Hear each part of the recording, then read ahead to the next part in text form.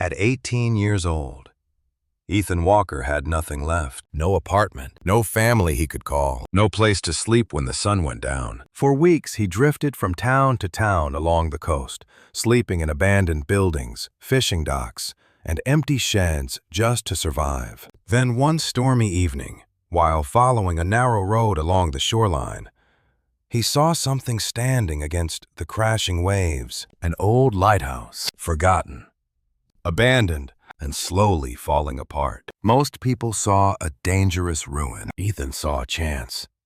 So he moved in. The windows were broken. The stairs were rotting. The lantern room hadn't worked in years. And every night, powerful ocean winds shook the entire structure as if the sea itself wanted to tear it down. But Ethan refused to leave. Day after day, he repaired walls, cleared debris, learned how to catch fish, and fought through brutal coastal storms just to keep the lighthouse standing. Then, one afternoon, while replacing loose boards near the top of the tower, his hammer struck something hidden behind the wall, a secret compartment. Inside was an old leather journal, a captain's journal. At first, Ethan thought it was just another forgotten relic. Then he read the final entry. The captain claimed he had discovered something offshore that powerful people wanted buried forever. And according to the last page, someone was still looking for it. But before we go back to the beginning of Ethan's story, I'd love to know where you're listening from today. What city, state, or country are you watching from? And what time is it where you are right now? Let me know down in the comments. I always enjoy seeing how far these stories travel and hearing from listeners around the world. And if you enjoy stories about survival, forgotten places, hidden mysteries, lost journals, and life-changing discoveries, take a moment to subscribe to the channel and turn on notifications. It really helps the channel grow, and you'll never miss the next adventure. Now, let's go back to the rainy afternoon when 18-year-old Ethan Walker first saw the abandoned lighthouse, standing alone against the sea. Ethan Walker became homeless on a rainy Tuesday afternoon. The kind of rain that never seemed heavy enough to matter, but somehow soaked everything anyway. By the time he reached the bus station, his jacket was wet, his backpack was damp, and the $47 in his pocket suddenly felt like the most important money in the world. He sat beneath the station shelter watching cars spray water across the street and tried not to think about what had just happened. 3 hours earlier, he still had a place to stay. Not a great place, not even a permanent one, but it had 4 walls and a roof. Then the owner of the small apartment building announced he was selling the property. Everyone renting month to month had 2 weeks to leave. Ethan didn't have enough savings for another apartment. He didn't have family willing to help. By 18, he had already learned an uncomfortable truth. Some people offered sympathy. Very few offered solutions. The next several weeks disappeared into a routine he never expected to experience. He slept wherever he could, sometimes beneath fishing docks, sometimes in abandoned sheds near the harbor, once inside an old delivery truck that hadn't moved in years. Every morning began with the same question: where am I sleeping tonight? Every evening ended without a good answer. He took temporary jobs whenever possible, unloading boats, cleaning warehouses, carrying supplies for local fishermen. The money helped, barely. Most of it disappeared into food. Some days he ate well. Other days he convinced himself crackers and coffee counted as a meal. While sitting on a harbor wall watching waves crash against the rocks, Ethan found himself studying the coastline. The ocean stretched endlessly toward the horizon. Gray sky above, gray water below. Everything felt uncertain. Then he noticed something standing in the distance. At first, it appeared to be a narrow shadow rising from the shoreline. Curious, he stood. The structure sat on a rocky peninsula several miles north of town. Tall, white, weathered, A lighthouse. Ethan frowned. He had lived near the coast for years, yet never paid attention to it. The tower looked abandoned, forgotten, almost swallowed by the cliffs surrounding it. For some reason, he couldn't stop looking at it. The following morning, he asked around the harbor. Most people knew the lighthouse. None seemed interested in discussing it. "Nobody uses that place anymore," one fisherman said. "Why not?" Ethan asked. The man shrugged. "Automation." Another fisherman overheard the conversation. "It's been empty for years." "Completely empty?" Ethan asked. The second man laughed. "Depends what you mean by empty." The answer immediately caught his attention. "What does that mean?" The fisherman smiled but didn't elaborate. Instead, he returned to repairing a fishing net. Ethan had encountered enough small-town conversations recently to recognize when people were withholding information. The lighthouse clearly carried stories. That alone made it more interesting. By late afternoon, curiosity won. Carrying his backpack, Ethan followed the coastline north. The journey took nearly 3 hours. The weather worsened as he walked. Wind rolled in from the ocean. Waves slammed against the rocks below. Seagulls circled overhead, riding invisible currents through the gray sky. Eventually, the lighthouse appeared again, larger now, more imposing. It stood alone on a rocky outcrop overlooking the sea. Time had not treated it kindly. Paint peeled from the exterior walls. Several windows were broken. Rust stained portions of the metal railing surrounding the lantern room. Yet despite everything, the tower remained standing, proud, defiant. Ethan stepped through an old gate hanging crookedly from rusted hinges. Weeds covered much of the path leading toward the structure. Nobody had maintained the property in years. The front door resisted at first. Then it creaked open. A rush of stale air greeted him. Dust covered nearly every surface inside. The circular interior staircase spiraled upward through the tower. Above him, faint daylight filtered through cracked windows. The place looked abandoned, completely abandoned. Yet it also looked dry, safe, protected from the wind. More importantly, nobody appeared to be using it. Ethan spent nearly an hour exploring. The lighthouse contained several levels: storage rooms, maintenance areas, former living quarters. Most were in rough condition, but not beyond repair. Someone with enough determination could make the place livable again. The thought settled into his mind immediately. Dangerous thought.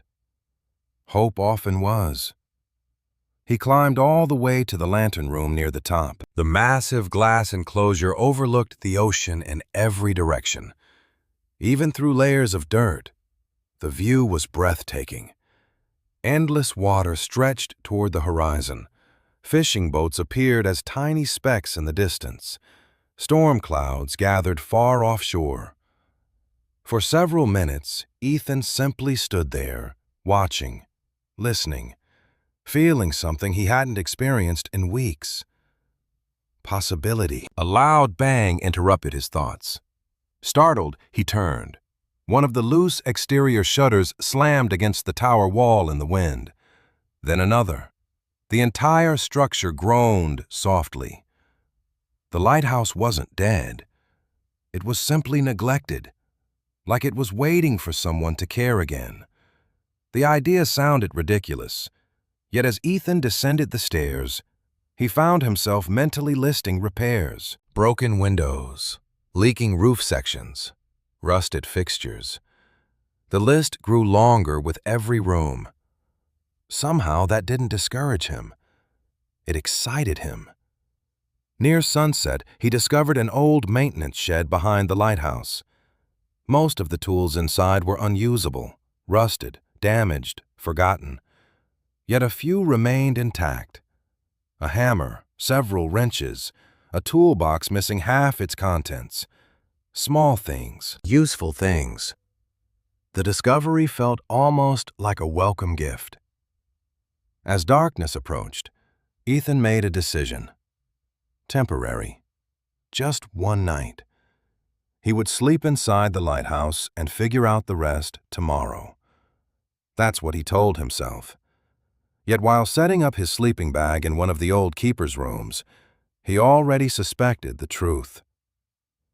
He didn't want to leave. Outside, waves crashed against the cliffs below. Wind rattled the tower windows.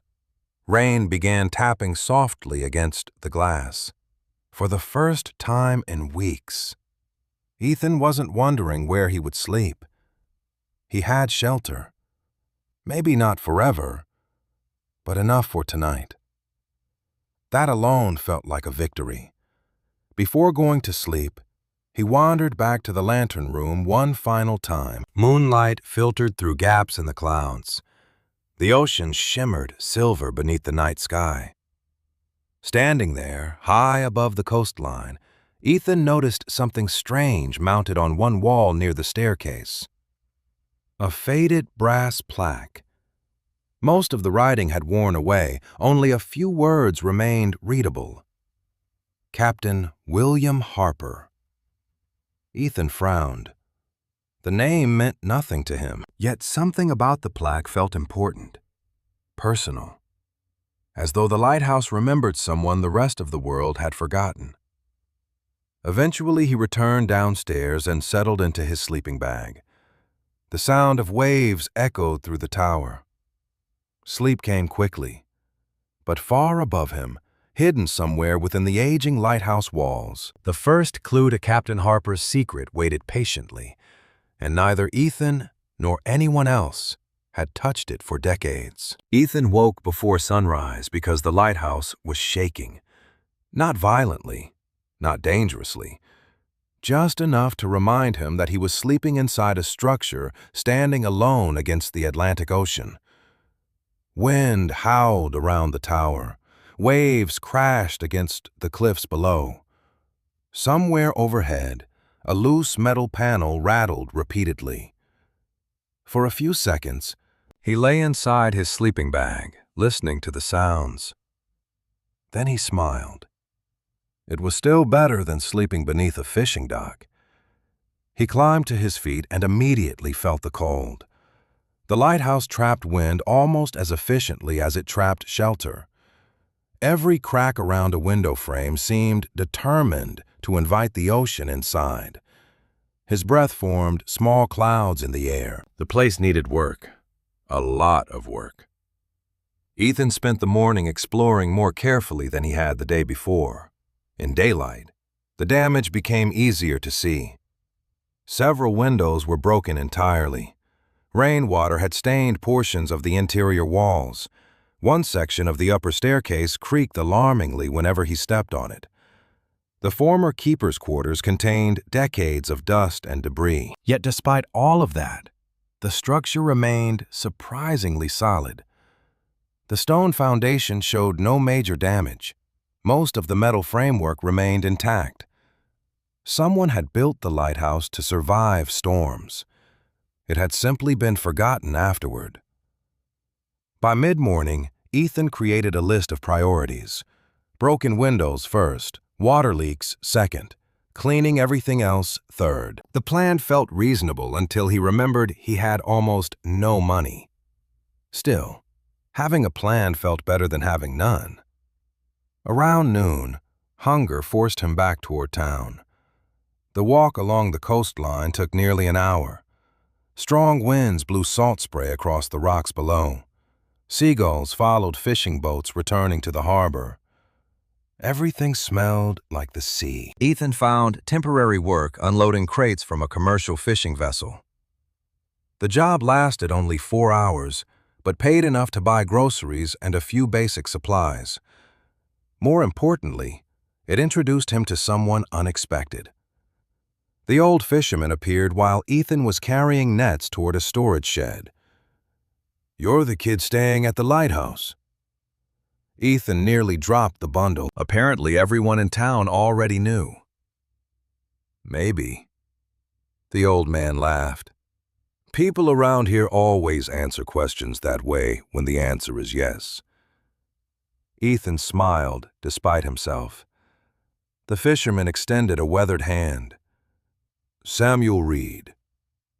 His grip felt like rope and driftwood, strong, rough, familiar with hard work. Ethan. Samuel studied him for a moment. Most folks don't stay there long. Ethan had heard variations of that sentence before. Why? The old fisherman shrugged. Wind, storms, isolation. Then he paused. History.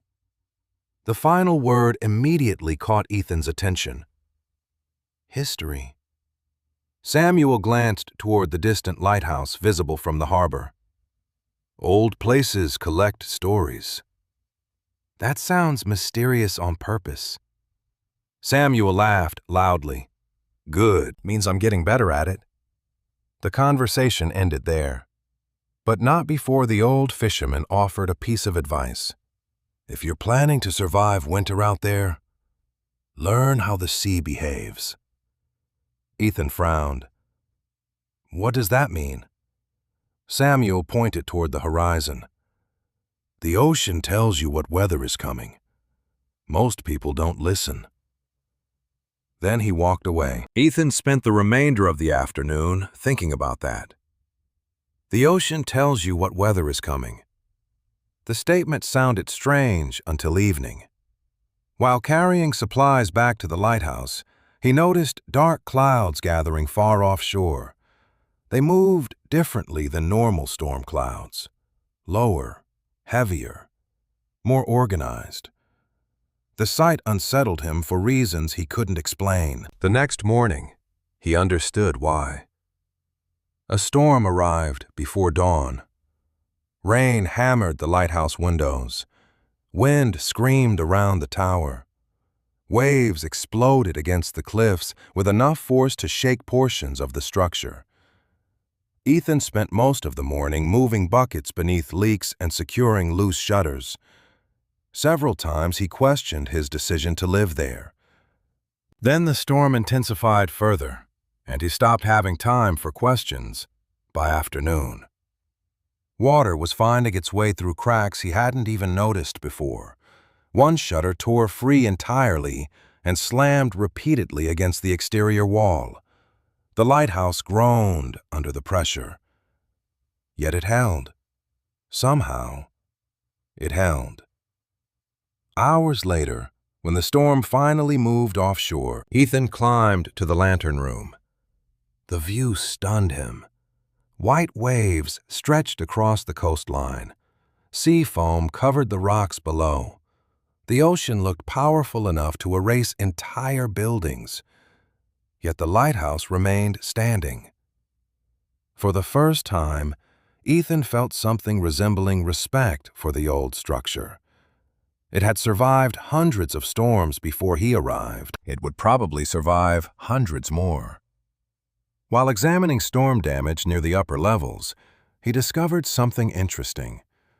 Several maintenance cabinets remained built into the interior walls. Most were empty.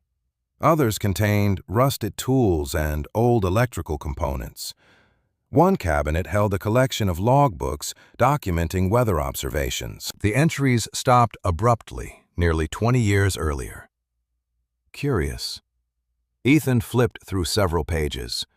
Wind speeds, tide conditions, storm records. The handwriting changed repeatedly across decades. Different keepers, different lives. Yet one name appeared more often than the others. William Harper.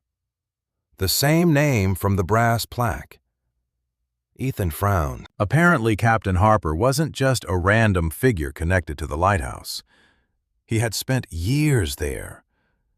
That evening, after finishing repairs, Ethan sat outside watching the sunset. The storm had left the sky perfectly clear. Orange light reflected across the ocean. The view alone almost justified living there. Almost.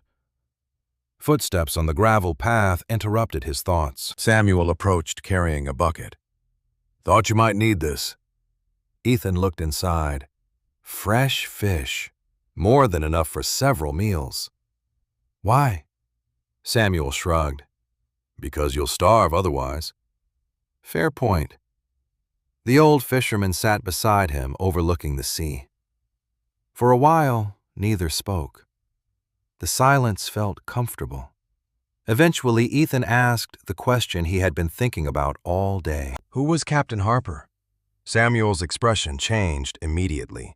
Not dramatically, just enough, Ethan noticed. "You know him?" Samuel looked toward the lighthouse. "Never met him." "But," the old fisherman sighed softly, "everyone around here knows the story." Ethan immediately sat forward. "What story?" Samuel remained quiet for several seconds. Then he nodded toward the tower behind them. "Captain William Harper was the last keeper who actually loved that lighthouse." The answer felt important, personal. "What happened to him?" The old fisherman stared at the horizon. "Depends who you ask." Ethan groaned. "People keep saying that." Samuel laughed. "Because nobody agrees." He pointed toward the ocean. "Officially, his boat disappeared during a storm." Ethan frowned. "Officially?" The old fisherman stood. "Unofficially." He stopped there, deliberately, then smiled. "That's a story for another day." Before Ethan could protest, Samuel started walking back toward town. The old fisherman raised one hand without turning around. "Sleep well, kid." Ethan watched him disappear along the coastal path. Then he looked back toward the lighthouse. The tower stood silhouetted against the evening sky, silent, watching the sea. Captain William Harper, missing during a storm. Last keeper who loved the lighthouse. Another mystery attached to another abandoned place. Yet as darkness settled across the coastline, Ethan couldn't shake the feeling that Captain Harper's story wasn't finished. Somewhere inside the aging tower, pieces of it were still waiting to be found. The next storm arrived 4 days later. And this time, Ethan was ready for it. At least, he thought he was. The previous week had been spent turning the abandoned lighthouse into something closer to a home. He patched broken windows with salvaged boards, cleared years of debris from the keeper's quarters, fixed 2 doors that barely closed. The improvements weren't impressive, but every repair made the tower feel a little less abandoned. More importantly, they made it feel like his. For the first time in months, Ethan had a place he wanted to protect. The morning began peacefully enough. The ocean looked calm. Fishing boats moved across the horizon. Sunlight reflected off the water in bright silver streaks. Then Ethan remembered Samuel's warning. The ocean tells you what weather is coming. Curious. He climbed to the lantern room. At first, nothing seemed unusual. Then he noticed the horizon. Dark clouds sat low above the water, not directly overhead. Far away. Yet they were moving quickly, faster than normal. By afternoon, the wind arrived. By evening, the storm followed. This one hit harder than the last. Rain hammered the lighthouse windows. Waves exploded against the cliffs below. The tower swayed just enough to remind Ethan that he was standing on a narrow piece of land surrounded by an angry ocean. Several times he climbed the staircase, checking for damage. Water leaked through 2 upper windows.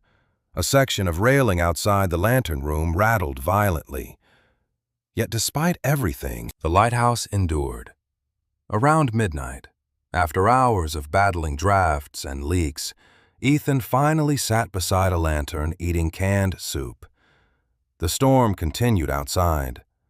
He barely noticed anymore.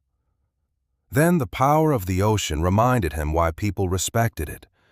A massive wave slammed against the cliffs below. The impact shook the entire structure.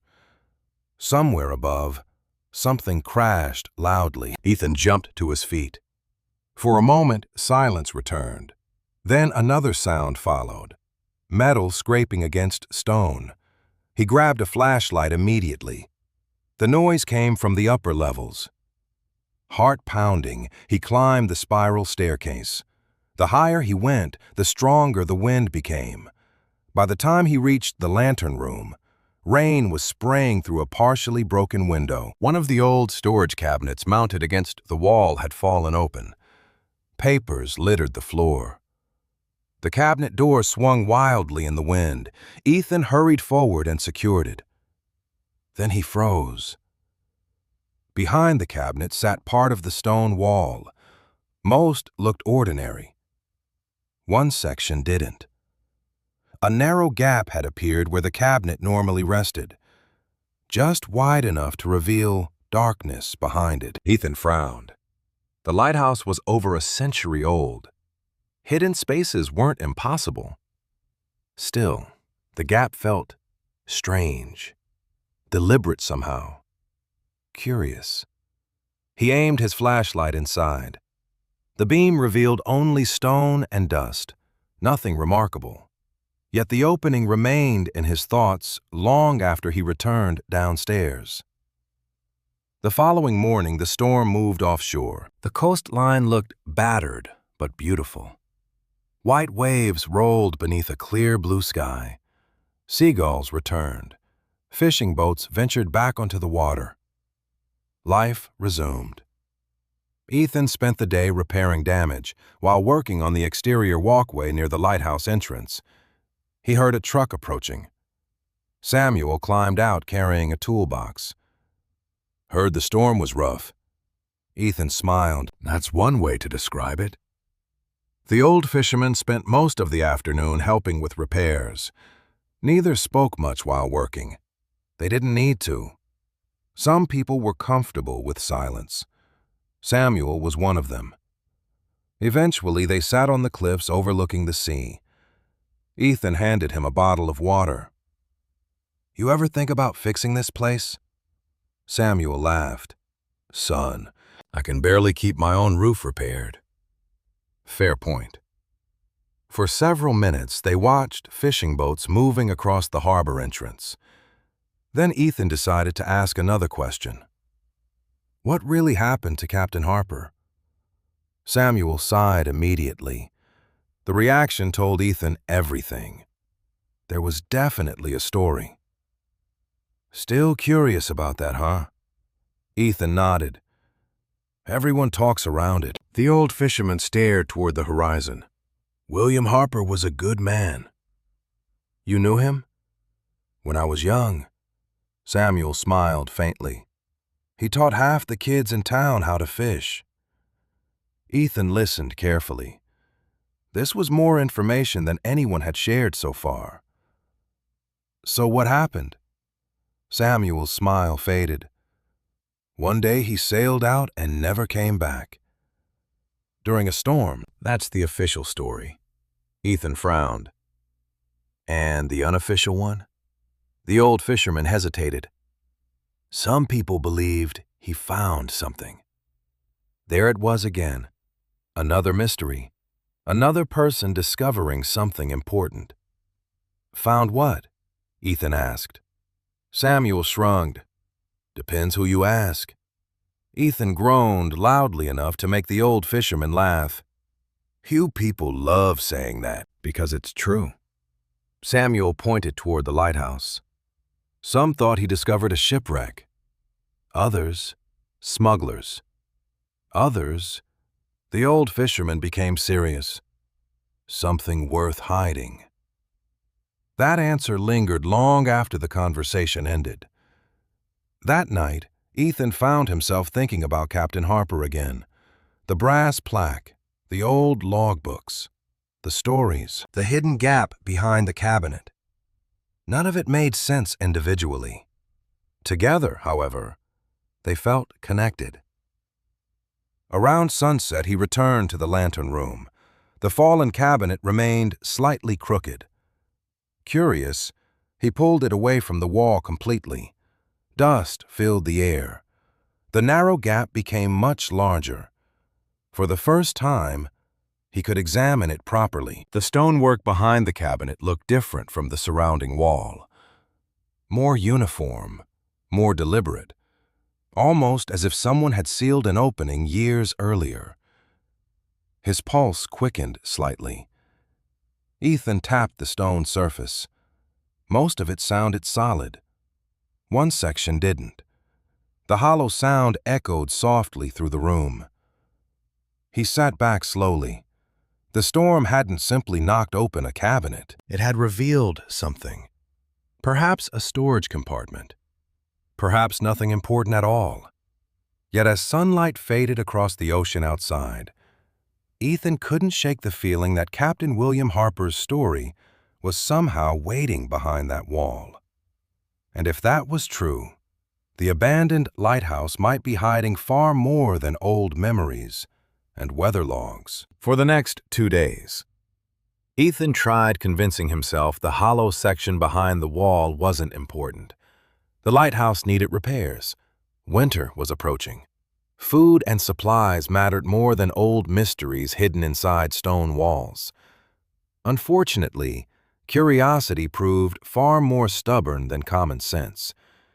Every time he climbed to the lantern room, his eyes drifted toward the spot behind the cabinet. Every time he passed it, he wondered the same thing. Why would someone seal part of a lighthouse wall? More importantly, why did it happen near Captain William Harper's old living quarters? By the third morning, Ethan finally gave up pretending he wasn't interested. Armed with a flashlight, hammer, and a determination he usually reserved for fixing broken things, he returned to the lantern room. Sunlight poured through the glass surrounding the tower. Waves rolled far below the cliffs. The view was peaceful. The wall wasn't. He examined it carefully. The stonework surrounding the hollow section looked slightly newer than the rest. Not modern, just different, as though repairs had been made decades earlier. Someone had intentionally concealed whatever existed behind it. That detail alone made his pulse quicken. Ethan tapped several sections with the hammer handle. Most produced a solid sound. One section echoed softly.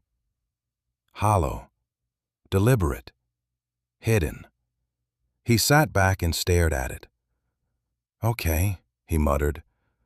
"Let's see what you're hiding." Removing stone proved harder than expected. Several hours passed with little progress. Dust coated his clothes. His arms ached. More than once he considered abandoning the effort. Then a small section finally shifted. A crack appeared. Cold air drifted outward. Ethan immediately froze. There was definitely a space behind the wall. Carefully, he widened the opening. Stone loosened, mortar crumbled. Eventually, a narrow compartment appeared behind the surface. Not large, perhaps 3 feet deep. Just enough to hide something. His flashlight beam illuminated the darkness. For several seconds, he saw nothing. Then his light reflected off metal. Ethan's pulse accelerated. Reaching inside, he carefully pulled the object free.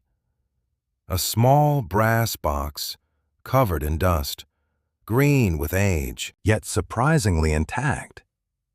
He stared at it for several moments. The lighthouse suddenly felt much quieter. The ocean below seemed farther away. Because hidden compartments rarely contained ordinary things. Slowly, he carried the box downstairs. The lock had rusted long ago. After several minutes of careful effort, the lid finally opened. Inside sat 3 items: a folded photograph, a brass key, and an envelope. Ethan picked up the photograph first. The image showed a younger William Harper standing beside a fishing vessel. Several crew members surrounded him. All smiled toward the camera. Nothing unusual at first glance. Then Ethan flipped the photograph over. Written on the back were 6 words: "Taken before the final voyage." The phrase immediately caught his attention. Final voyage, the same voyage from which Captain Harper never returned. Suddenly, the photograph felt much more significant. He set it aside and examined the brass key. Old, heavy, ornately designed, unlike any lighthouse key he had seen. A number had been engraved into one side: 17. No explanation accompanied it, just the number. Finally, Ethan opened the envelope. The paper inside crackled softly. The handwriting appeared neat and precise. The letter began with a name: Claire Morgan. Ethan frowned. He didn't recognize it. The rest of the message confused him even more. If this letter is found, then I was right to hide it. The records in town cannot be trusted anymore. Too many people have begun asking questions.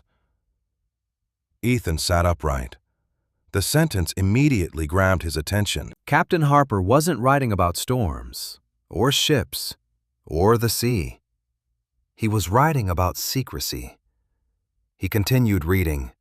"I have left the journal where nobody would think to look. If anyone finds this message before I return, they must speak with the Morgan family." The Morgan family. Claire Morgan. The names matched.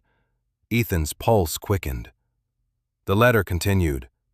"The truth about what we discovered offshore belongs to history, not to those attempting to buy it." Silence filled the room.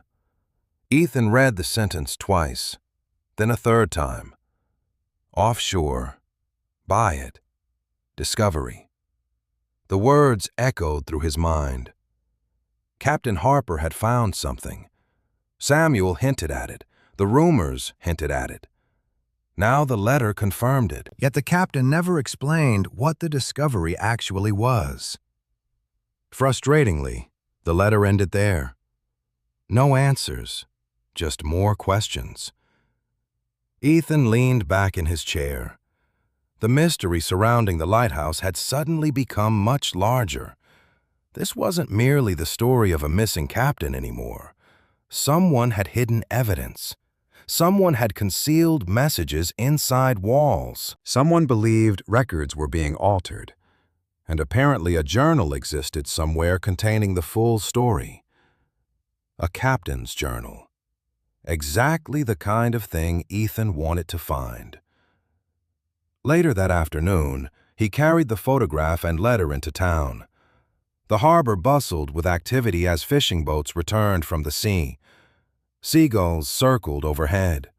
Workers unloaded crates of fresh catch. Everything appeared normal. Yet Ethan couldn't stop looking at people differently now. Captain Harper believed somebody was hiding information. That meant somebody knew something. His first stop was the local library. The building sat near the center of town, overlooking the harbor. Small, quiet, mostly forgotten. Inside, rows of books stretched between tall windows. A young woman stood behind the front desk, organizing returns. "Can I help you?" she asked. Ethan froze slightly. Her name tag caught his attention immediately. Claire Morgan. For several seconds, he simply stared. The same name from the letter. The same name Captain Harper wrote decades earlier. The coincidence felt impossible. "You okay?" she asked. Ethan quickly recovered. "Yeah, sorry." He hesitated, then carefully removed the letter from his backpack. This might sound strange. 10 minutes later, Claire sat across from him examining the document. Her expression changed several times while reading. Surprise, confusion, curiosity. Then something else. Recognition. My grandfather used to talk about William Harper. Ethan leaned forward immediately. Really? Claire nodded slowly. Not often, but enough that I remember the name. She looked toward the lighthouse visible through the library window. He always said the captain disappeared because he knew something he wasn't supposed to know. Silence filled the table. Ethan felt a chill despite the warmth inside the building. Because for the first time since entering the lighthouse, someone else was confirming the story. Captain Harper hadn't simply vanished during a storm. There was more to it, much more, and somewhere out there, hidden either inside the lighthouse or beyond it, waited the journal that could explain everything. Ethan barely slept that night. Claire Morgan's words replayed endlessly in his mind. My grandfather used to talk about William Harper. He disappeared because he knew something he wasn't supposed to know. The statement sounded dramatic, the kind of thing people say about local legends. Yet the hidden compartment inside the lighthouse made it harder to dismiss. The photograph was real. The letter was real. The brass key was real. Suddenly, the old stories felt less like rumors and more like fragments of a larger truth. By sunrise, Ethan was already awake, staring at the brass key resting on the kitchen table. The number 17 remained engraved along one side. Simple, deliberate, meaningful. The question was obvious. 17 what? A locker, a room, a storage unit. Nobody carved into numbers and to keys without a reason. He spent most of the morning repairing storm damage around the lighthouse, but his attention kept drifting back to the mystery. Every task felt slower than usual. Every hour felt wasted. Eventually, curiosity won again. Around noon, he headed into town to meet Claire. The library remained quiet when he arrived. Sunlight streamed through tall windows overlooking the harbor. Claire sat at a table surrounded by local history books and stacks of old newspapers. You look like you didn't sleep, she said immediately. I didn't. Good, she smiled. Because neither did I. Ethan laughed despite himself. Claire pushed several folders toward him. I found some things. His pulse quickened immediately. Together they began sorting through decades-old newspaper articles. Most contained routine stories about fishing fleets, storms, and harbor activity. Then one headline caught his attention. Local captain missing after offshore expedition. The article described William Harper's disappearance. Officially, his boat had vanished during rough weather. Search crews found nothing. No wreckage, no survivors, no explanation. Ethan continued reading. Something felt off. According to weather records attached to the article, the storm wasn't particularly severe. Dangerous, yes, but not unusual. Experienced captains survived worse conditions regularly. That's strange, Ethan said. Claire nodded. I thought the same thing. Several additional articles appeared over the following weeks. Search efforts, community gatherings, memorial services. Then the coverage stopped abruptly, almost as if everyone agreed to stop asking questions. What happened after that? Ethan asked. Claire pulled another folder from beneath the table. This. Inside sat copies of harbor records. Most looked ordinary. Dock assignments, maintenance reports, shipping logs. Then Ethan noticed a name repeated several times. Harper Maritime Transport. His company. Claire nodded. Owned several boats. Ethan frowned. Owned? Claire pointed toward a date several months after the captain disappeared. Ownership transfer. The company had been sold, quickly, quietly, to another business based outside the region. The timing felt suspicious.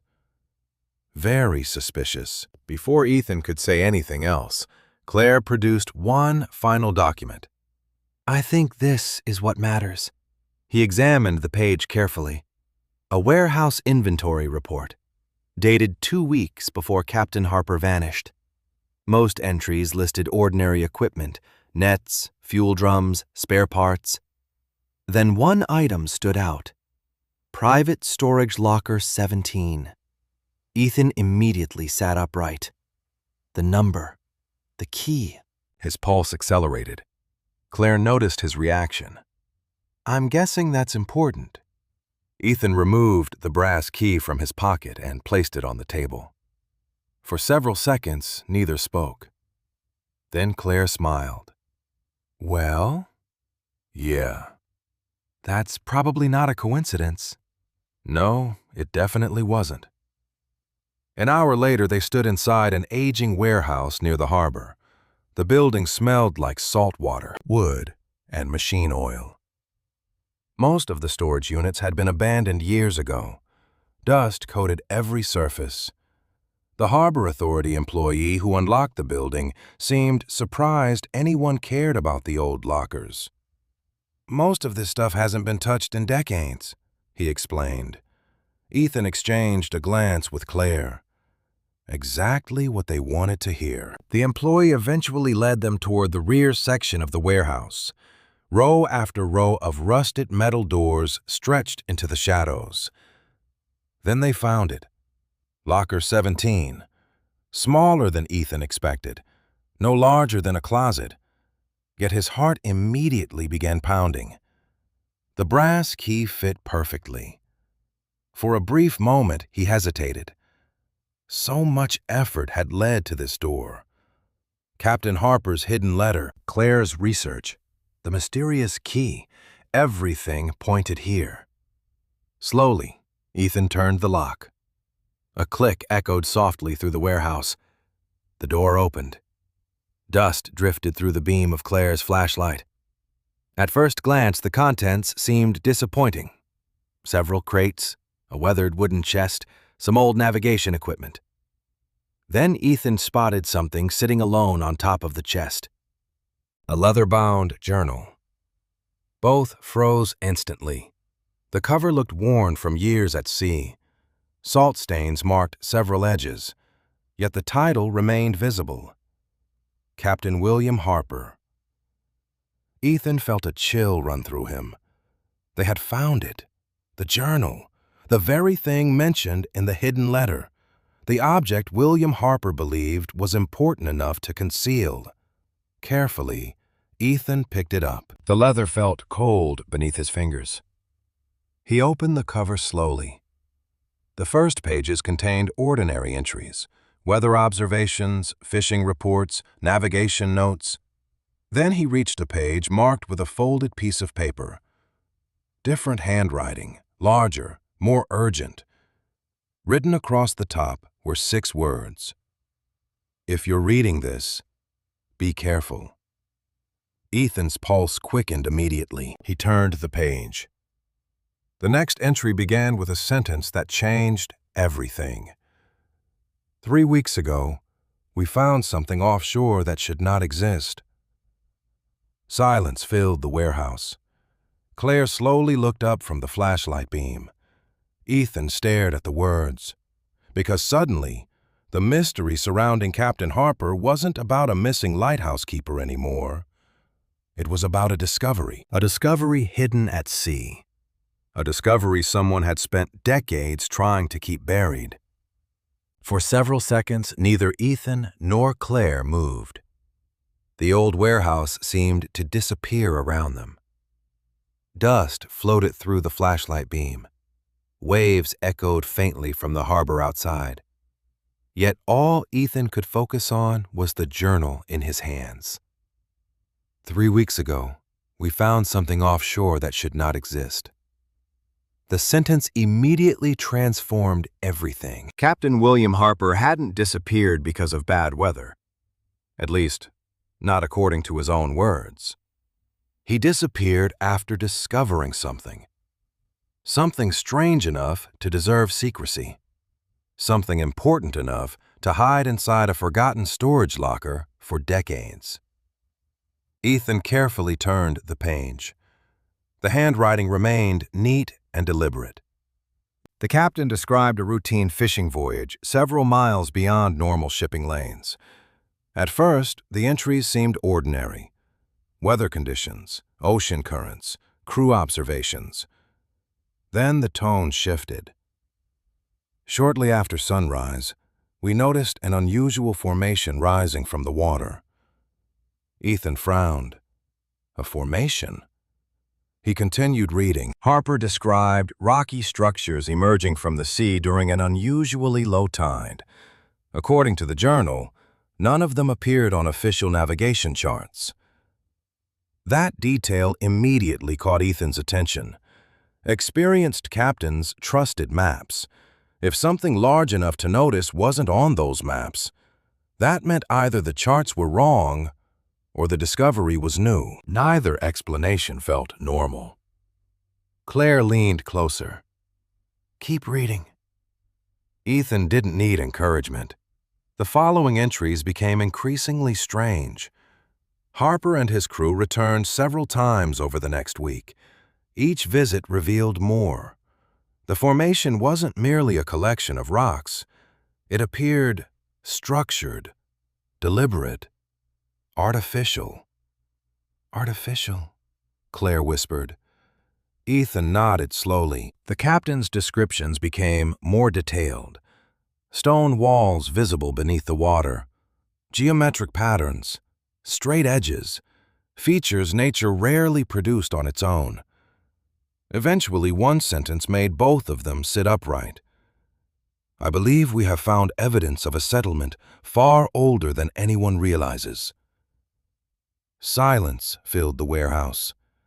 Ethan reread the line twice, then again. A settlement beneath the ocean, hidden for centuries. The claim sounded impossible, yet Captain Harper clearly believed it. More importantly, he had documented it carefully. The journal contained sketches, measurements, tide observations.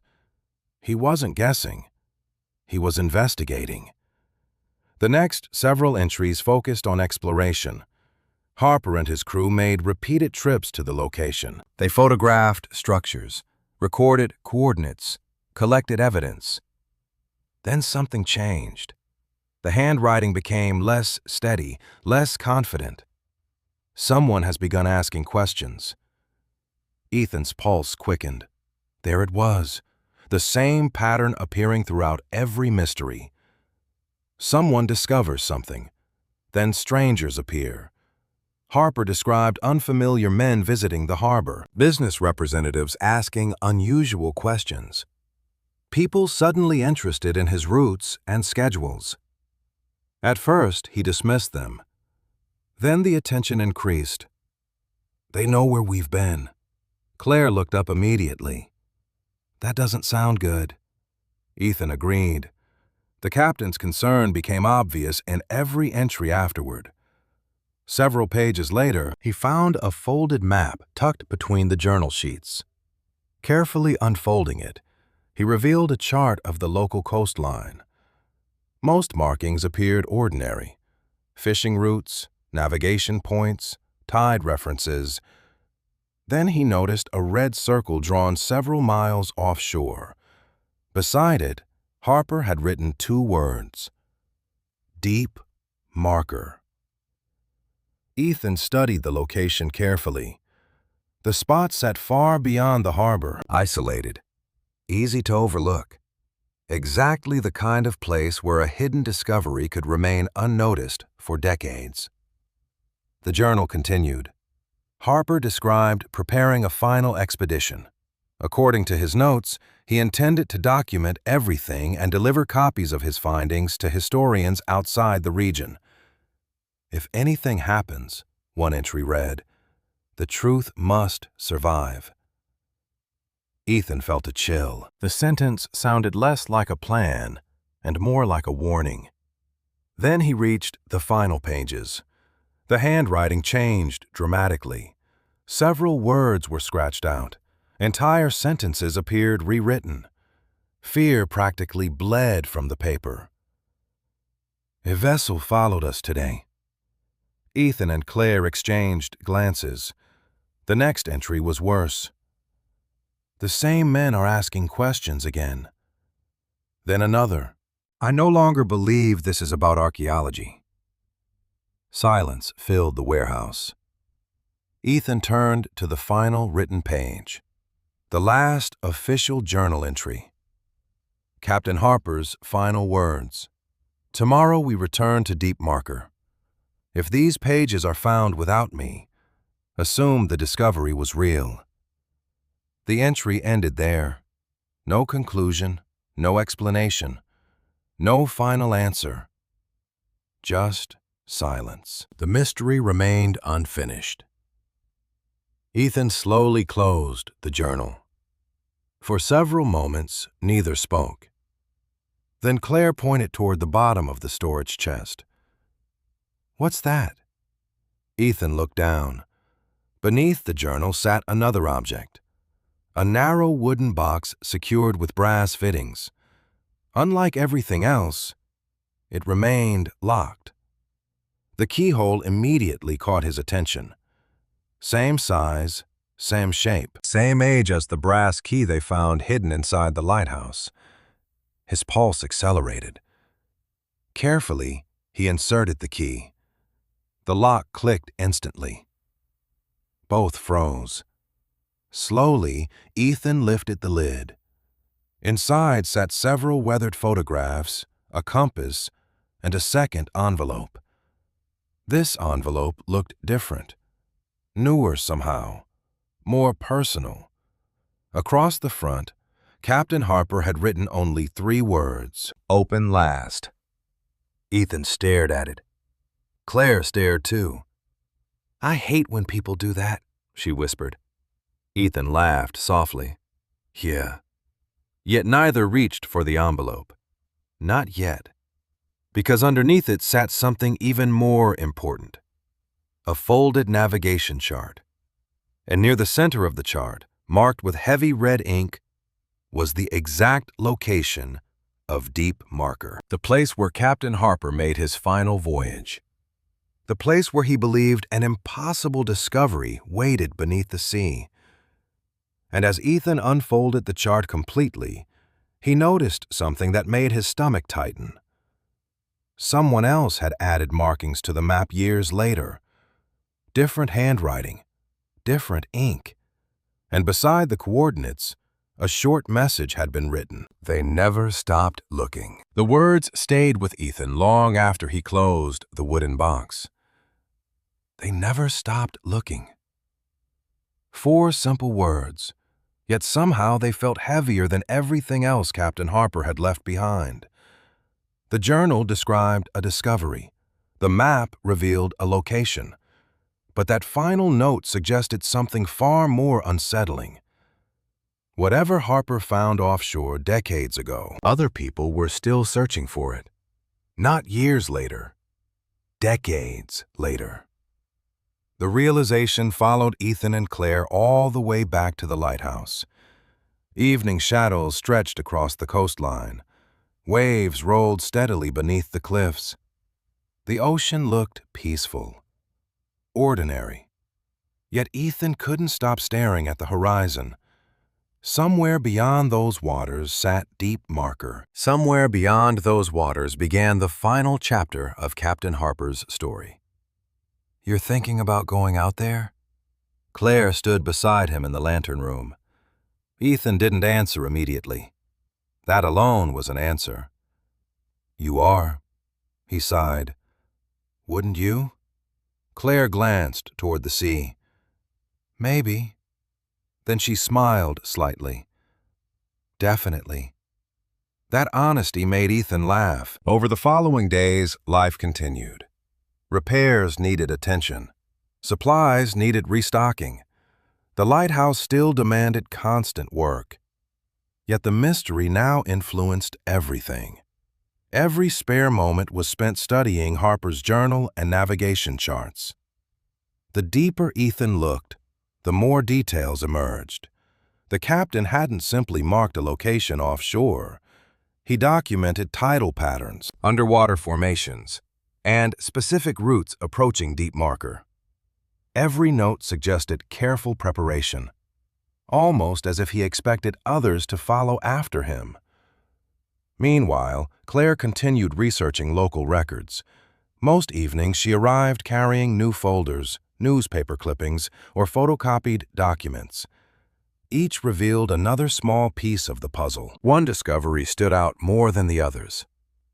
Several months after Captain Harper disappeared, a maritime development company purchased large sections of coastal property surrounding the harbor. The timing felt suspicious. The company itself felt even more suspicious. It appeared suddenly, bought land aggressively, then vanished from public records years later. "That can't be a coincidence," Ethan said.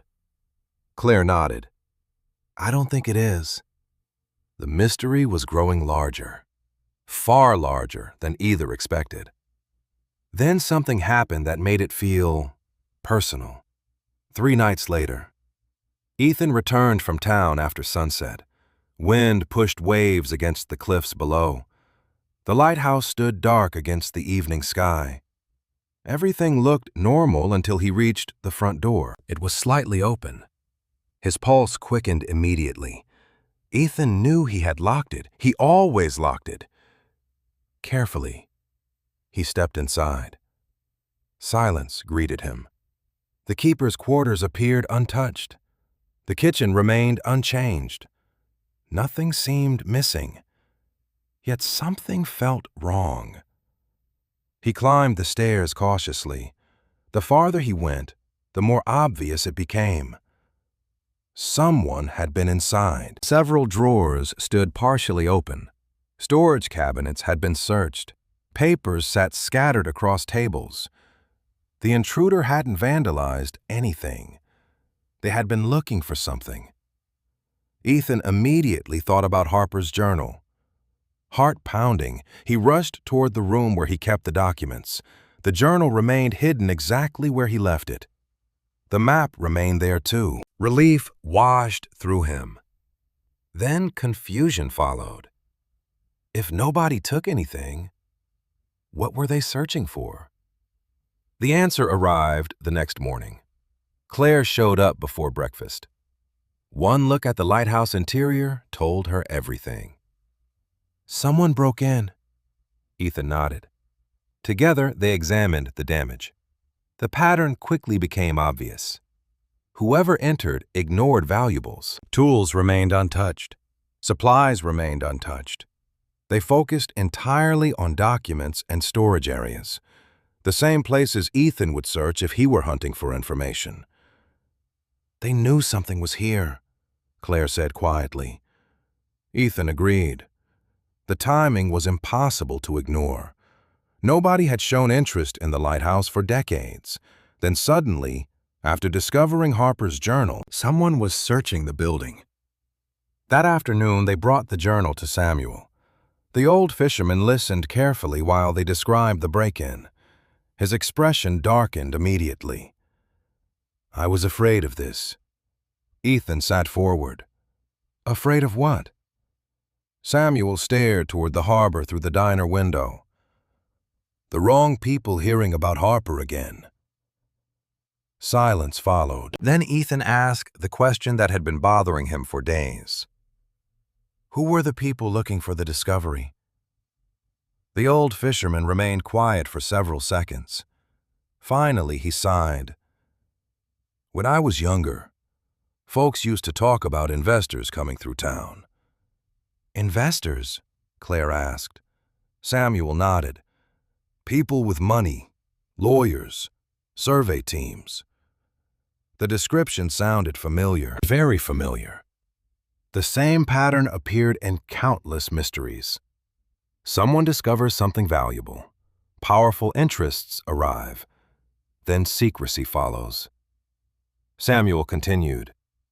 Most locals thought they were chasing shipwrecks. And you? Ethan asked. The old fisherman smiled sadly. I think they were chasing history. That answer stayed with Ethan. Later that evening, while studying Harper's navigation chart again, he noticed something he had missed before. Tiny pencil markings near the edge of the map, almost invisible. He grabbed a magnifying glass from the lighthouse maintenance room. Slowly, the writing became readable. Coordinates. Additional coordinates. Several locations surrounding deep marker. Not random. Deliberate. A route. His pulse accelerated. Harper wasn't simply marking the discovery site. He was documenting how to reach it. More importantly, one notation appeared beside a cluster of coordinates. Safe approach during low tide. Ethan immediately sat upright. The captain had left directions, not just evidence, directions.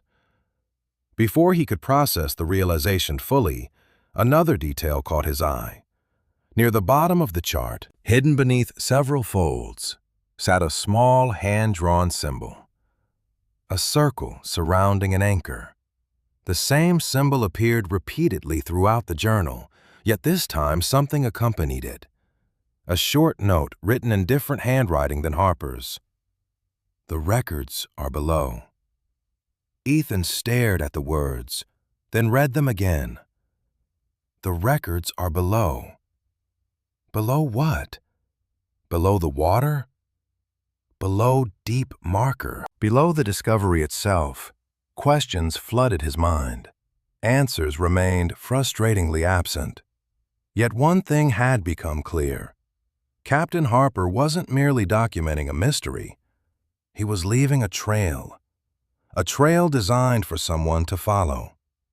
And as darkness settled across the coastline that night, Ethan realized he was closer than ever to understanding where that trail ended. Unfortunately, he wasn't the only one following it anymore. The break-in changed everything. Before that night, Ethan viewed Captain Harper's journal as a historical mystery. Interesting, important, worth investigating. After the break-in, the mystery became something else. Someone had entered the lighthouse searching for the same answers.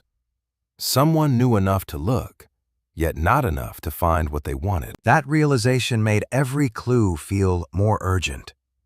Every discovery suddenly carried weight. 3 days later, a powerful storm rolled across the coast. Ethan spent most of the afternoon securing shutters and reinforcing weak sections of the lighthouse. The ocean below churned violently. Waves slammed against the cliffs with explosive force. Dark clouds covered the horizon. Winter was arriving. During the storm, Claire remained at the lighthouse, helping organize Harper's documents. Several boxes of notes, maps, and photographs now covered the former keeper's quarters. What began as a temporary shelter increasingly resembled a research station. Around sunset, Claire looked up from a stack of records. "I think I found something." Ethan immediately crossed the room. She pointed toward a collection of property records she discovered at the library. Most seemed unrelated. Then one name appeared repeatedly. Atlantic Coastal Development Group. Ethan frowned. Never heard of them. Neither had I. Claire tapped several dates highlighted on the pages. Look when they started buying property. Ethan studied the records carefully. His pulse quickened almost immediately. The purchases began only months after Captain Harper disappeared, not years later. Months. The company acquired abandoned warehouses, dock access rights, storage facilities, several parcels near the harbor. None of it made sense individually. Together, however, The pattern looked deliberate. They were buying everything connected to the waterfront, Ethan said. Claire nodded. Exactly. The discovery felt significant. More significant than either wanted to admit. Someone had invested enormous resources shortly after Harper vanished. Resources aimed specifically at locations tied to maritime activity. Then Claire showed him another document, a shipping manifest connected to one of the warehouses purchased by the company. Ethan stared at the address. Warehouse 17. The same warehouse containing Harper's hidden journal. Silence filled the room. Suddenly, the storage locker wasn't random. Neither was the warehouse. Someone had known where Harper kept things, or at least suspected it. This keeps getting worse, Claire muttered. Ethan couldn't disagree. That evening, they visited Samuel again. The old fisherman listened quietly while they explained the latest discoveries. Unlike previous conversations, he didn't seem surprised. Not really. Concerned? Yes. Surprised? No. You recognize the company? Ethan asked. Samuel hesitated. Not the name. But, the old fisherman sighed. Companies change names. Investors don't. Ethan immediately paid attention. What do you mean? Samuel stared toward the harbor through the diner window. Back then, a group of businessmen started showing up around town.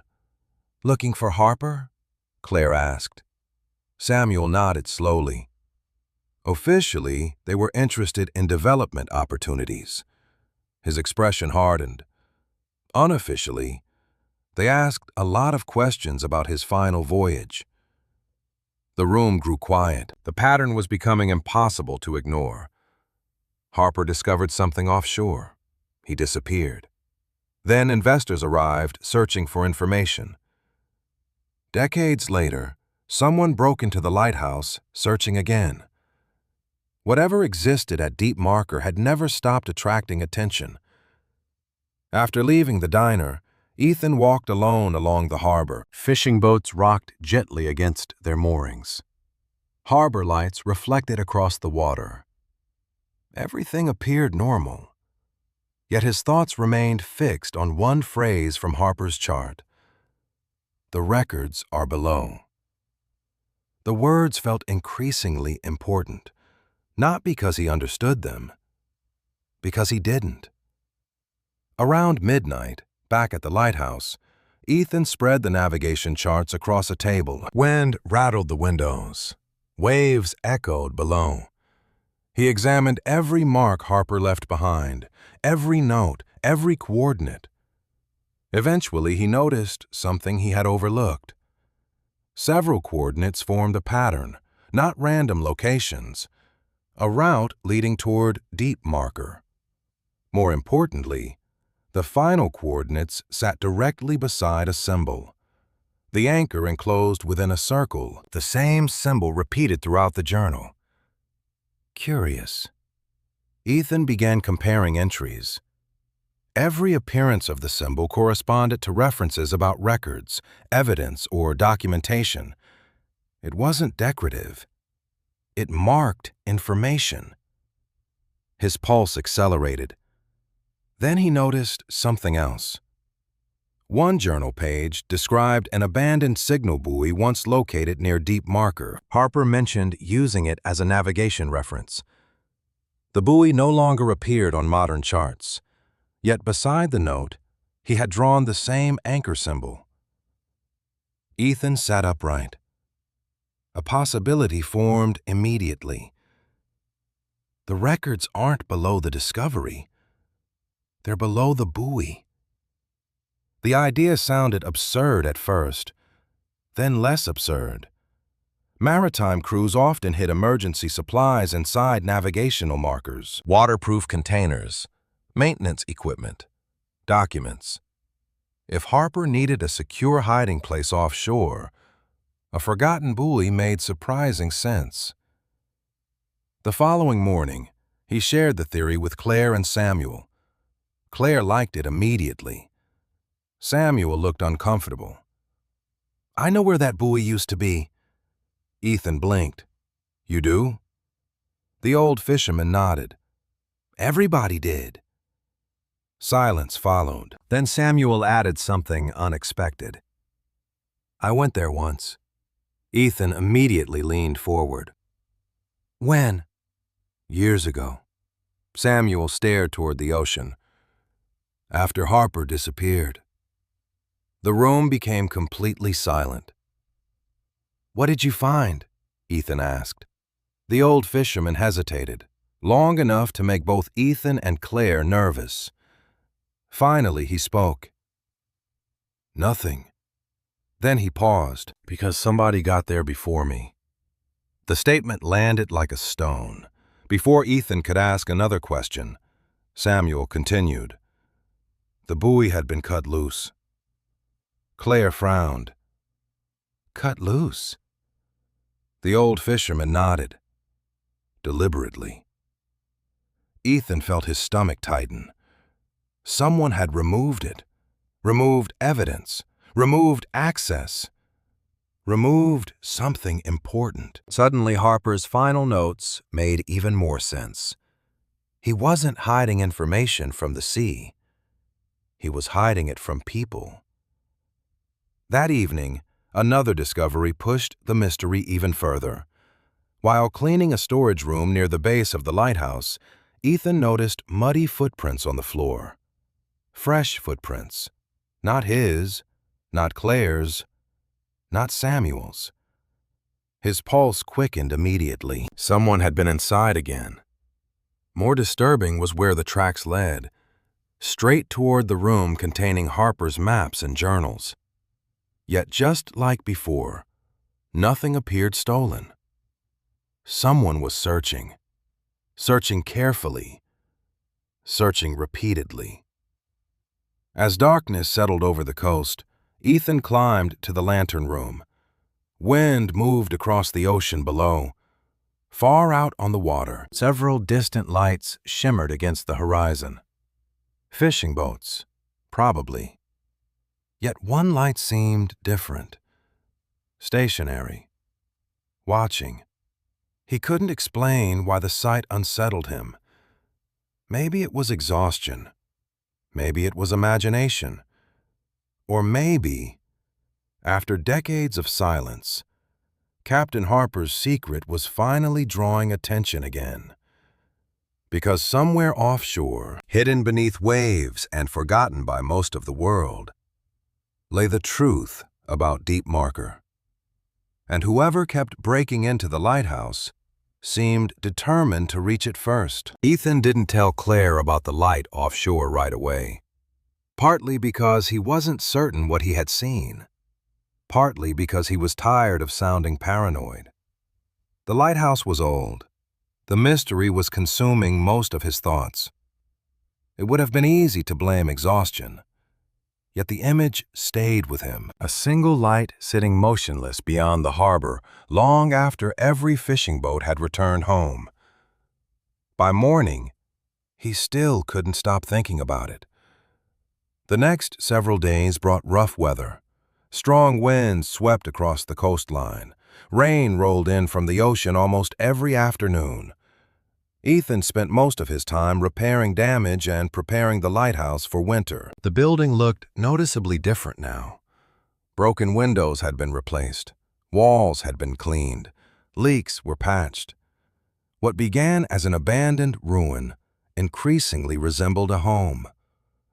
For the first time in years, the old lighthouse felt alive again. Even Samuel noticed. The old fisherman arrived one afternoon carrying supplies and stopped halfway through the doorway. "Place looks good," Ethan smiled. "Still standing." Samuel nodded toward the freshly repaired staircase. "Better than standing." Compliments were rare from him. Ethan accepted the victory. Later that day, while sharing coffee in the keeper's quarters, Ethan brought up the muddy footprints. Samuel's reaction was immediate. Not fear, frustration. I knew this would happen. Ethan sat forward. What would happen? The old fisherman stared out the window toward the sea. People start hearing rumors. About Harper? Samuel nodded. About whatever he found. Silence filled the room. Then Ethan asked the question that had been bothering him for days. Do you think someone already knows what's out there? The old fisherman hesitated, long enough to answer the question without speaking. Maybe. Ethan frowned. That's not reassuring. Samuel laughed softly. Wasn't supposed to be.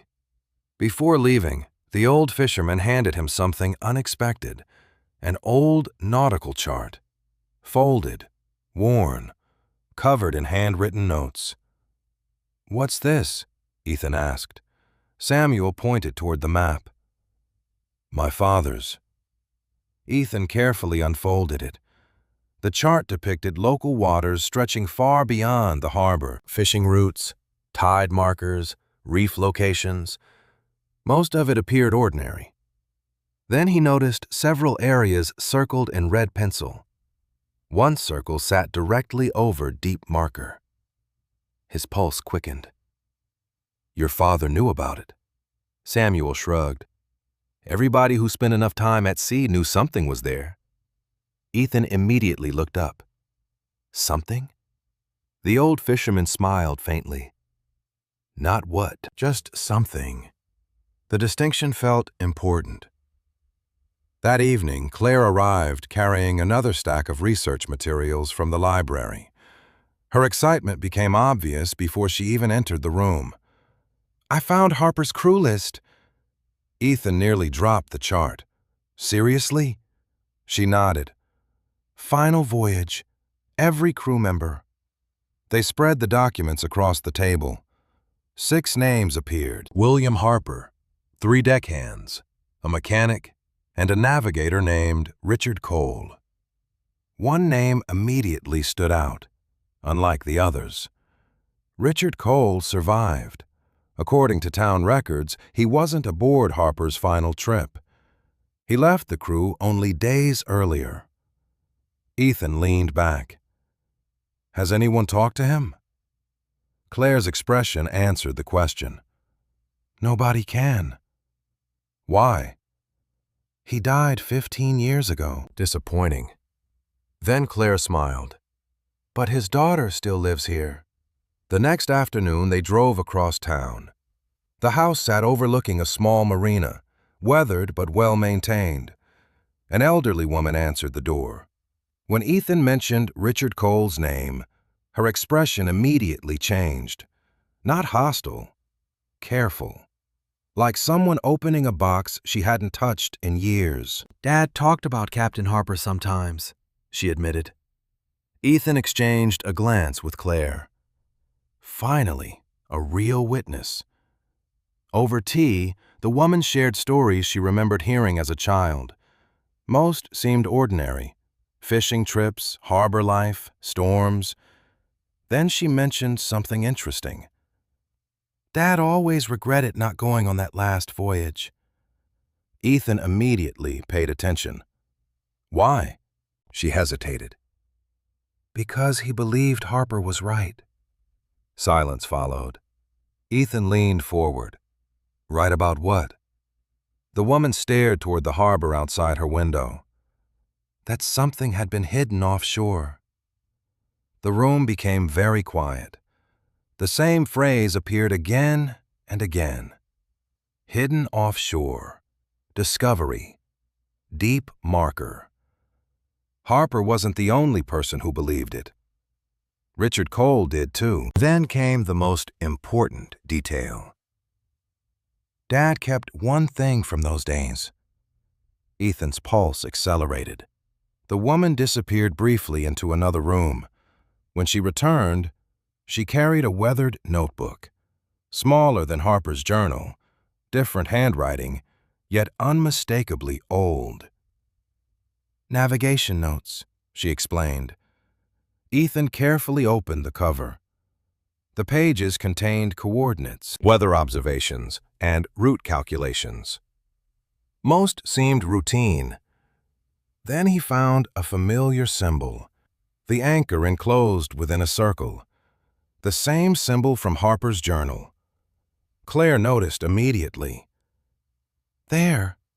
Ethan nodded. Several pages later, another entry caught his attention, a short sentence written in hurried handwriting. "The structures extend farther south than expected." Structures, plural. His pulse quickened. Harper's discovery wasn't a single object. It wasn't a shipwreck. It was an entire site.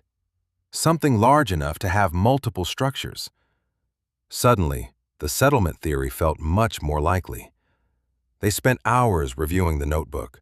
Then Ethan found something tucked between two pages. A folded sheet of paper. Old, fragile, deliberately hidden. Carefully unfolding it, he revealed a hand-drawn map. Not of the coastline, not of the ocean, of something underwater. Stone outlines, walls, pathways, geometric shapes, a submerged layout. Claire stared in disbelief. That's impossible. Ethan wasn't so sure anymore. Across the bottom of the map, Richard Cole had written a short note. "Harper thinks this was once above water." The room fell silent. Because suddenly the mystery wasn't about a shipwreck or buried cargo. It was about a lost settlement hidden beneath the sea. A discovery valuable enough to attract investors, secrecy, and decades of attention.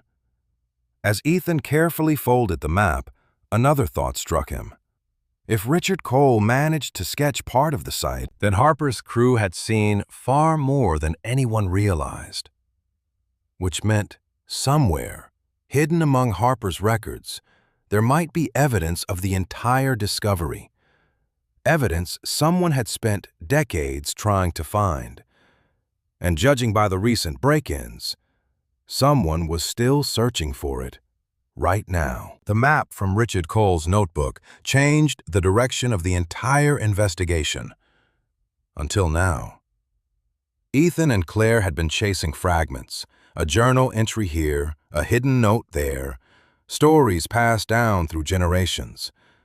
For the first time, they possessed something tangible, a hand-drawn layout of structures beneath the ocean. Not theories, not rumors, evidence. The discovery followed Ethan everywhere. While repairing the lighthouse, while shopping in town, even while trying to sleep. Every time he closed his eyes, he saw the underwater map spread across the table. Stone walls, pathways, geometric shapes, a lost settlement hidden beneath the sea. And somewhere within it, the records Captain Harper believed were important enough to protect. 3 days later, Samuel arrived at the lighthouse before sunrise. The old fisherman rarely appeared that early.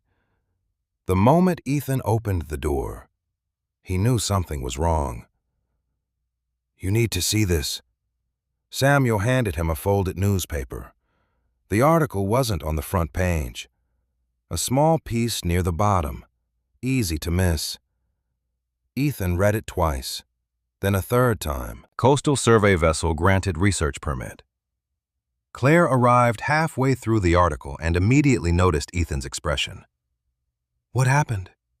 He handed her the newspaper. Her face darkened instantly. The permit covered waters surrounding Deep Marker.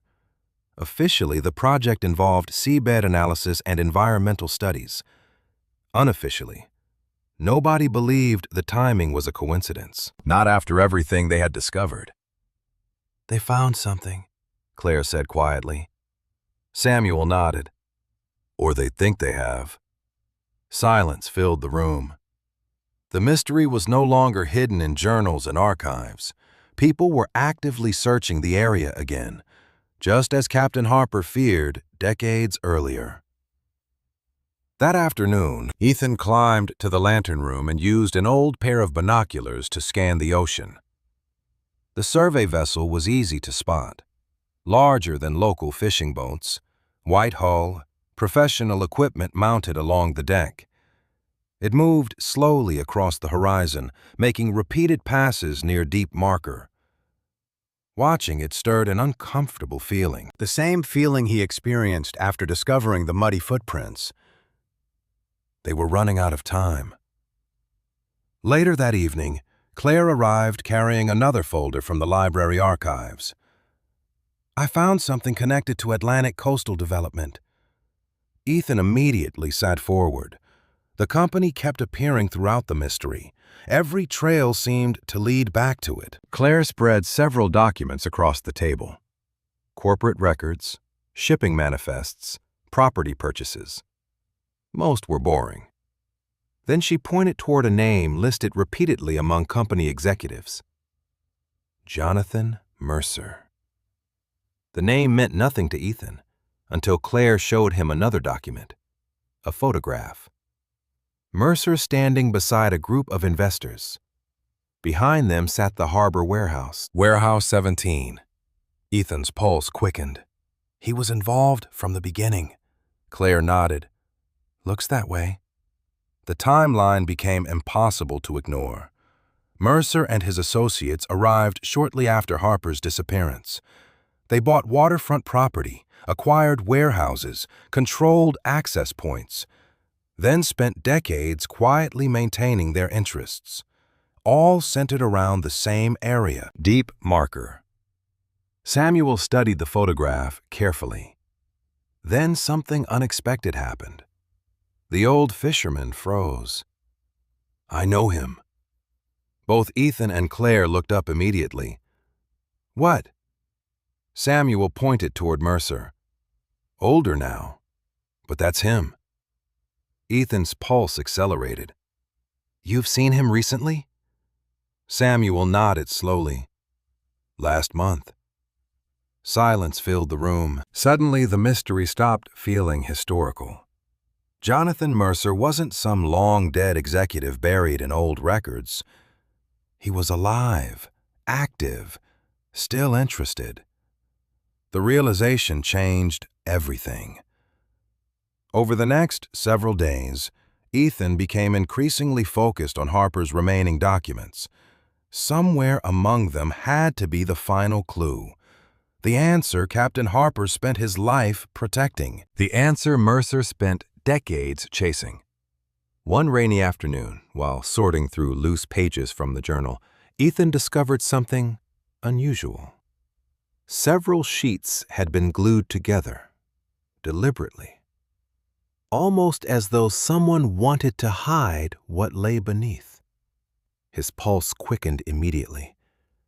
Carefully, he separated the pages. A folded document emerged from the center. Not a journal entry, not a map, a letter, addressed to no one. The handwriting belonged to Harper. Ethan unfolded it carefully. The contents made his heart race.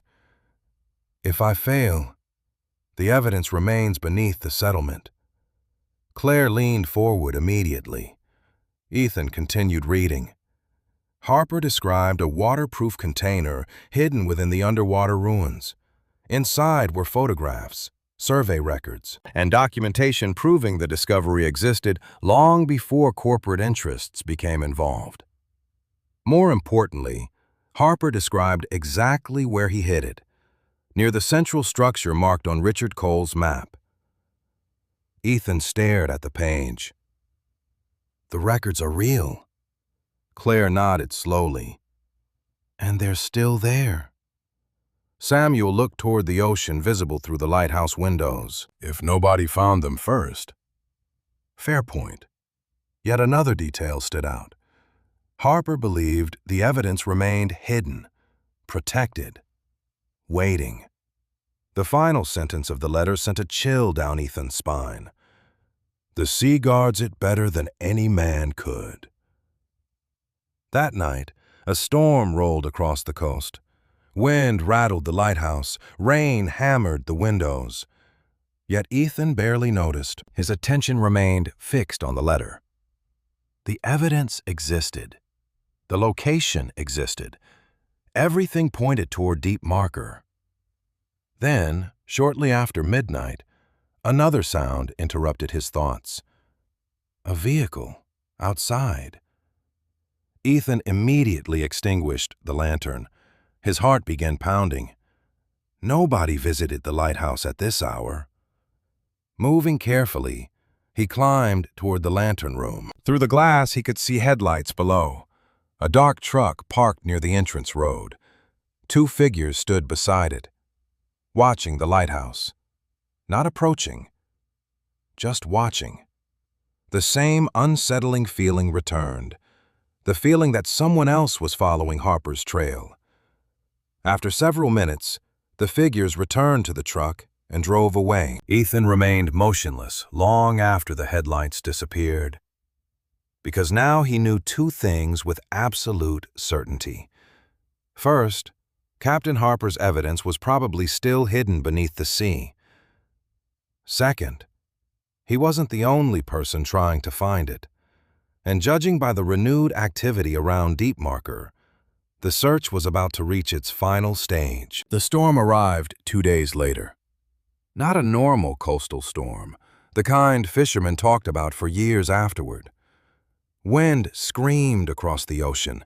Massive waves battered the shoreline. Rain turned the world beyond the lighthouse windows into a wall of gray. Ethan stood in the lantern room watching Deep Marker disappear beneath the chaos.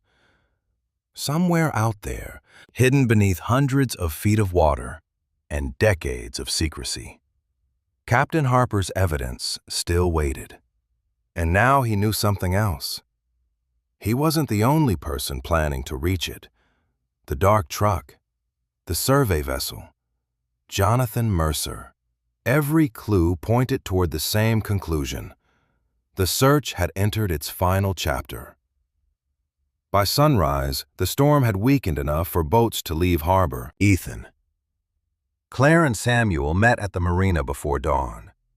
The old fisherman had spent the previous evening making calls, borrowing equipment, arranging transportation. For the first time since the mystery began, they weren't researching. They were acting. Samuel's fishing boat wasn't large, but it was reliable. The old vessel had survived decades of coastal weather. Ethan trusted it. More importantly, he trusted the man steering it. The journey toward Deep Marker took nearly 2 hours.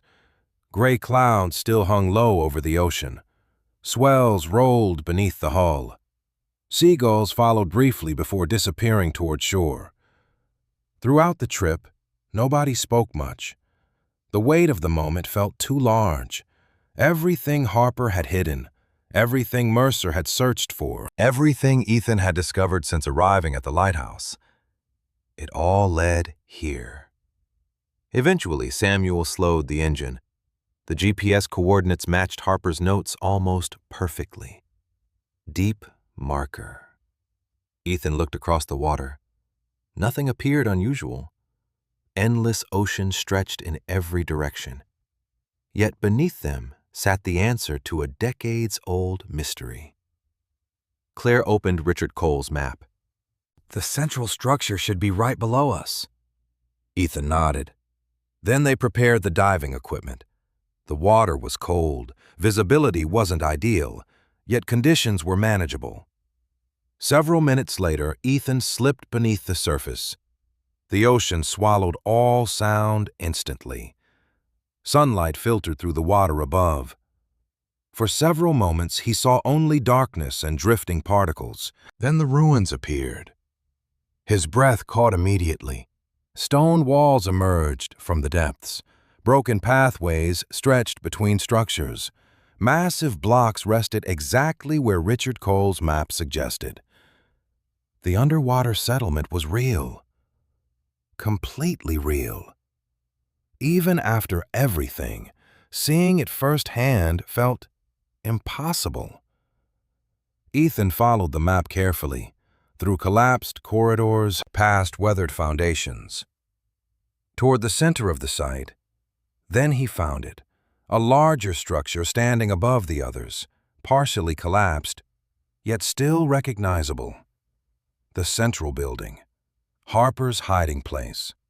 His pulse accelerated.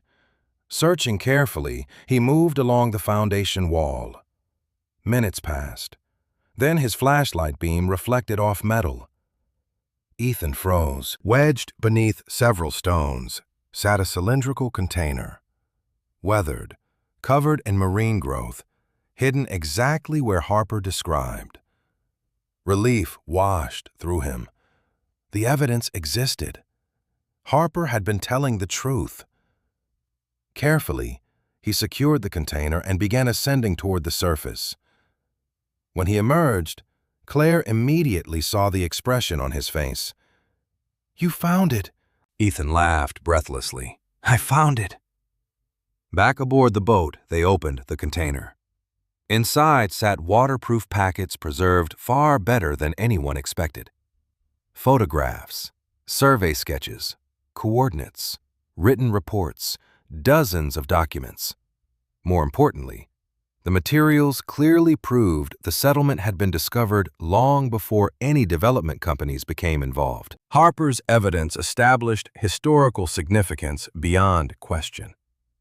The discovery belonged to history, not investors, not corporations, not Mercer.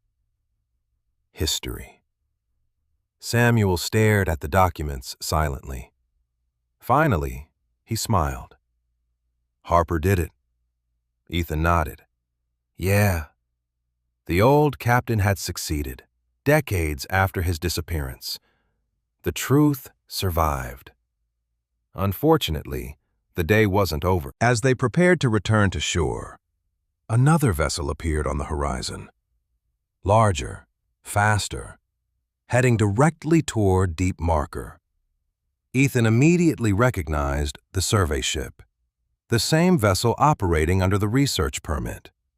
The same operation connected to Mercer.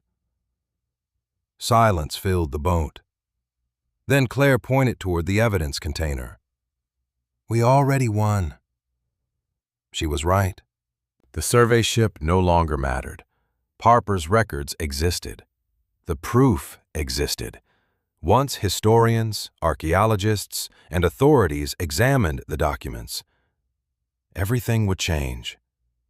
Mercer could search forever.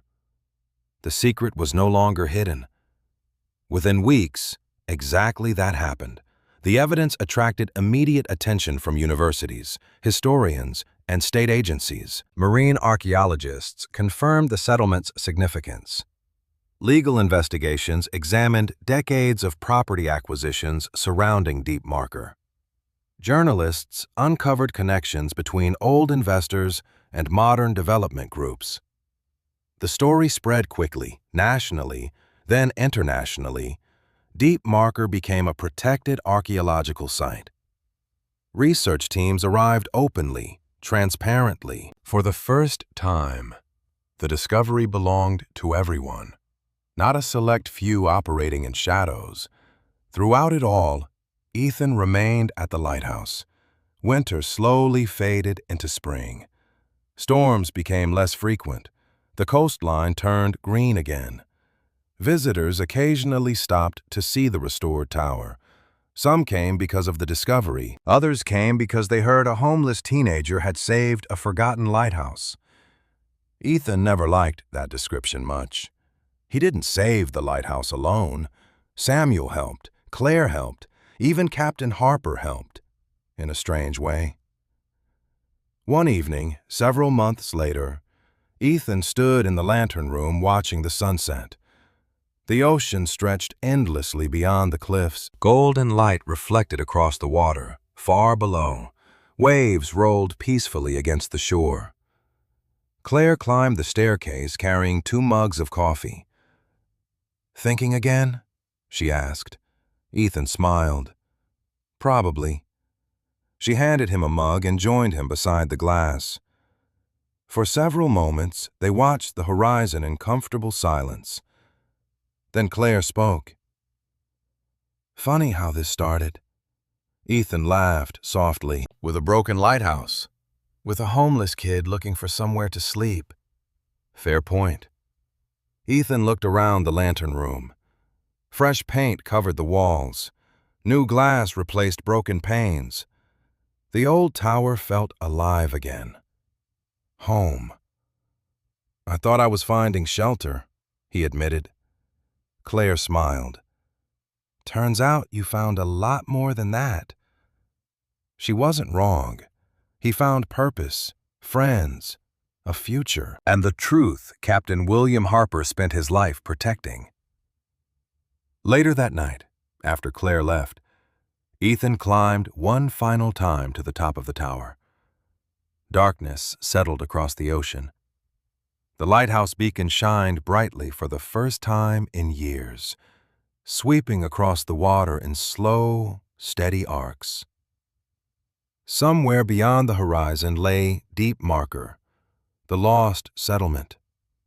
Harper's final voyage, the mystery that changed everything. Ethan looked out at the sea and thought about the old captain. For decades, Harper's journal waited hidden behind stone walls, waiting for someone willing to finish the story. Now the story was finished. The truth survived, and as the lighthouse beam cut through the darkness, Ethan realized something important. He arrived at the coast with nothing except a backpack and nowhere to go. He found a forgotten lighthouse, but in the end, the lighthouse found him first.